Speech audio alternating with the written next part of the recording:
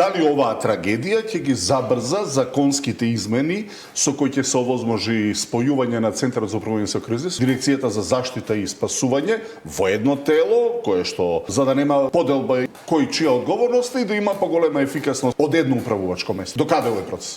Зборувам од аспект на закони, формално правно и сегашните закони не се лош. Проблемот е што тие не се прилагодени на суровата реалност, а вака од прилика е во повеќето области. Јас и порано и сега најавувам, но истото го најави председателот на владата Мицкоски, министерот за внатрешни работи, вице-премиерот Димовски, дека се работи на формирање на нова институција која што ќе ги обедини функциите на двете постоечки. Разликата кај новата институција помеѓу двете постоечки е тоа што таа би имала координација и команда, бидејќи во овој момент ние како ЦУК координираме, но ние не командуваме. Тоа Како би се викала таа институција? Во суштина ќе ги обединува, како што е сега Центар за управување со кризи, би додале и заштита и спасување, иако Search and Rescue е вообичаено прифатен поим во европските држави или во НАТО земјите, потрага и спасување, но во овој момент имаме околу 19 закони во кои што треба да се интервенира и тоа е еден долг процес и тоа е невозможно. Од тие причини е формирана работна група во владата која што предводи вице-премиерот Љупчо Димовски, бидејќи има многу, би рекол, канцелариска работа, каде што треба овие закони да бидат променети. Јас очекувам после локалните избори овој процес да биде заокружен. Кога после локалните избори е прашање затоа што потребни се неколку месеци. Да потсетам дека за еден месец ќе започнат пожарите, потоа собранието е на одмор, не фаќаат локалните избори. Ова добро, вие нема да ги пишувате законите, но Валентин, морам да кажам дека законите треба да бидат прилагодени на суровата македонска реалност. И најубаво напишаниот закон може да не функционира во реалност. Ако сега институциите ги почитувале законите, оваа трагедија немаше да се случи.